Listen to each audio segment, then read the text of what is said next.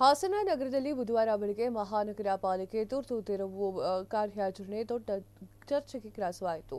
ಪಾಲಿಕೆಯ ಕಮಿಷನರ್ ಕೃಷ್ಣಮೂರ್ತಿ ಹಾಗೂ ಎಇಇ ಕವಿತಾ ಅವರ ನೇತೃತ್ವದಲ್ಲಿ ಟಿಟಿ ವೃತ್ತದಿಂದ ಕಾಟೇಹಳ್ಳಿ ಸರ್ಕಲ್ನವರೆಗೆ ಫುಟ್ಪಾತ್ ಆಕ್ರಮಣ ತೆರವು ಮಾಡಲಾಯಿತು. ಜೆಸಿಬಿ ಯಂತ್ರವನ್ನು ಬಳಕೆ ಮಾಡಿಕೊಂಡು ಅಕ್ರಮ ಕಟ್ಟಡಗಳು, ಶೆಡ್ಗಳು ಹಾಗೂ ತಾತ್ಕಾಲಿಕ ಅಂಗಡಿಗಳನ್ನು ತೆರವು ಮಾಡಲಾಯಿತು. ಜಿಲ್ಲಾಧಿಕಾರಿ ಆದೇಶದ ಮೇರೆಗೆ ತೆರವು ಕಾರ್ಯಾಚರಣೆ ಕೈಗೊಂಡಿದ್ದು, ಪಾದಚಾರಿಗಳು ಸುರಕ್ಷೆ ಮತ್ತು ಸಾರ್ವಜನಿಕರ ಸುಗಮ ಸಂಚಾರ ಕಲ್ಪಿಸುವ ಉದ್ದೇಶದಿಂದ ಈ ಒಂದು ಕ್ರಮವನ್ನು ಕೈಗೊಳ್ಳಲಾಗಿದೆ ಅಂತ ಹೇಳಿ ಪಾಲಿಕೆ ಅಧಿಕಾರಿಗಳು ತಿಳಿಸಿದರು. ರಸ್ತೆಗಳು ಕಿರಿದಾಗಿದ್ದು, ಫುಟ್ಪಾತ್ಗಳಲ್ಲಿ ವ್ಯಾಪಾರ ನಡೆಸುತ್ತಿರುವುದರಿಂದ ದೈನಂದಿನ ಸಂಚಾರಕ್ಕೆ ತೀವ್ರ ಒಂದು ತಡೆ ಉಂಟು ಮಾಡಲಾಗ್ತಾ ಇತ್ತು. ಆ ಒಂದು ಕಾರಣಕ್ಕೆ ಎಲ್ಲವನ್ನೂ ಕೂಡ ತೆರವುಗೊಳಿಸಲಾಗಿದೆ.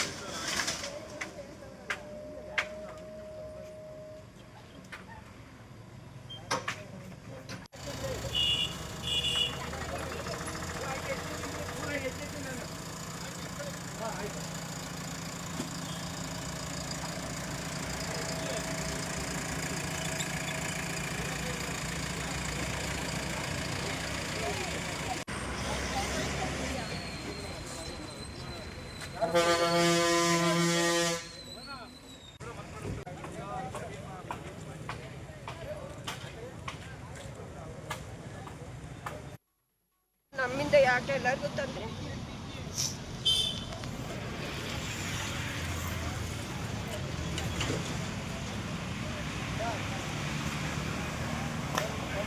ನಿಮಗೆ ಮೊದಲೇ ಇಂಟಿಮೇಷನ್ ಕೊಟ್ಟಿದ್ರಾ? ಈಗ ಈ ಥರ ಮಾಡ್ತೀವಿ ಅಂತ ಮೊದಲೇ ಹೇಳಿದ್ರಾ?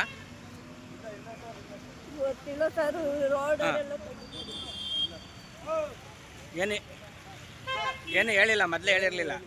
ಏಕಾಏಕಿ ಬಂದು ತೆಗ್ದಿರೋದಾ? ಬೆಳಿಗ್ಗೆ ಬಾಕಿ ತೆಗೆದ ತಕ್ಷಣ ನಮಗೆ ಕಾನೂನು ಬಂದೈತೆ ಮೇಲಿಂದ ಟಿವಿ ಇಲ್ಲಾಂದ್ರೆ ಎರಡು ದಿವಸ ಮುಂಚೆ ಹೋಗುತ್ತೆ ಸರ್. ಒಬ್ಬ ನೋಟಿಸ್ ಕೊಟ್ಟಿಲ್ಲ, ಏನಿಲ್ಲ, ನೋಟಿಸ್ ಮಾಡೋದೇನು, ನೋಟಿಸ್ ಜಾರಿ ಮಾಡಬೇಕು. ತುಂಬ ನಷ್ಟ ಆಗಿದೆಯಾ ನಿಮಗೆ? ತುಂಬ ನಷ್ಟ ಏನಾದ್ರು ಆಗಿದೆಯಾ? ಆಗಿದೆ ಸರ್. ಸುಮಾರು ಒಂದು 35-40 ಸಾವಿರ ರೂಪಾಯಿ ಬಂಡವಾಳ ಹಾಕಿತ್ತು.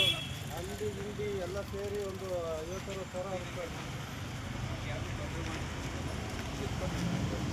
ಆಯಿತಾ? ನಾಳೆ ಬೆಳಿಗ್ಗೆ 6 ಗಂಟೆಗೆ ಮತ್ತೆ 2 ದಿನ, 1 ದಿನ, ಅರ್ಧ ಗಂಟೆ ಇಲ್ಲ ಹೇಳ್ರಿ ಸರ್. ಒಂದು ನಿಮಿಷ ಸರ್, ನೀವು ಮೊದಲೇ ಏನಾದ್ರು ಇಂಟಿಮೇಷನ್ ಕೊಟ್ಟಿದ್ರಾ ಸರ್ ಇವರಿಗೆ ತೆಗಿಯೋಕ್ಕೆ?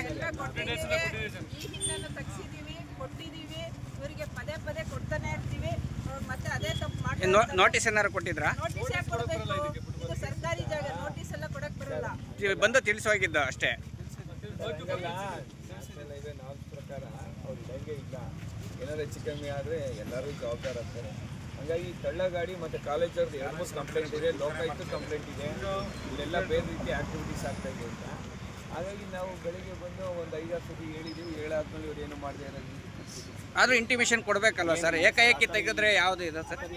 ಇಂಟಿಮೇಷನ್ ಕೊಡೋದಕ್ಕೆ ಫಸ್ಟ್ ಆಫ್ ಆಲ್ ಇಲ್ಲಿ ಇಡಬೇಕು ಅನ್ನೋ ಇರಬಾರ್ದು ಅನ್ನೋ ಪರಿಜ್ಞಾನ ಅವ್ರಿಗೆ ಇರಬೇಕಿತ್ತು.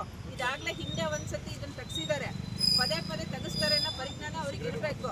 ಸಿಗರೇಟು ಎಲ್ಲ ಇಲ್ಲೆಲ್ಲ ಸ್ಟೂಡೆಂಟ್ಸ್ ಇದ್ದಾರೆ, ಪಾಲಿಟೆಕ್ನಿಕ್ ಸ್ಟೂಡೆಂಟ್ಸು.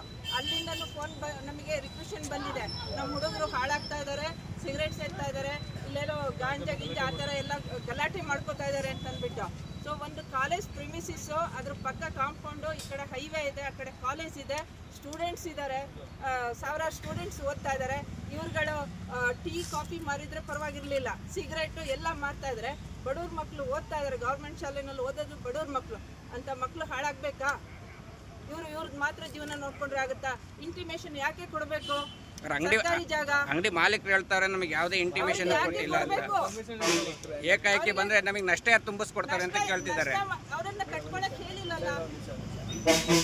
ಇದು ಯಾವುದೇ ಥರದ ನಷ್ಟ ಬರಲ್ಲ. ಸಣ್ಣ ಗಾಡಿ ಬೀದಿ ಬದಿ ವ್ಯಾಪಾರಿಗಳ ನಿಯಮಗಳ ಪ್ರಕಾರ ಗಾಡಿ ತಳ್ಕೊಂಬರ್ಬೇಕು, ವ್ಯಾಪಾರ ಮಾಡಕ್ಕೆ ಹೋಗಬೇಕು. ಆದರೆ ಇದು ವೆಂಡಿಂಗ್ ಝೋನ್ ಅಲ್ಲ. ಇದು ವೆಂಡಿಂಗ್ ಝೋನ್ ಅಂತ ಐಡೆಂಟಿಫೈ ಮಾಡಿದ್ವಿ, ಅಲ್ಲಿ ಮಾತ್ರ ವ್ಯಾಪಾರ. ಆ ಥರದ್ದೆಲ್ಲ ಬಂದು ಎಲ್ಲೆಲ್ಲಿ ಬೇಕಾದ್ರೆ ಇಡೋದಾದರೆ ರೋಡ್ ತುಂಬ ಬರೀ ಅಂಗಡಿಗಳೇ. ಕ್ಷಣ ಕ್ಷಣದ ಸುದ್ದಿಗಳಿಗಾಗಿ ಫ್ರೀಡಂ ಟಿವಿ ಸಬ್ಸ್ಕ್ರೈಬ್ ಮಾಡಿ, ಲೈಕ್ ಮಾಡಿ ಹಾಗೂ ಫಾಲೋ ಮಾಡಿ. ಹೊಸ ಸುದ್ದಿಗಳ ನೋಟಿಫಿಕೇಶನ್ಗಾಗಿ ಬೆಲ್ ಐಕಾನ್ ಮೇಲೆ ಕ್ಲಿಕ್ ಮಾಡಿ.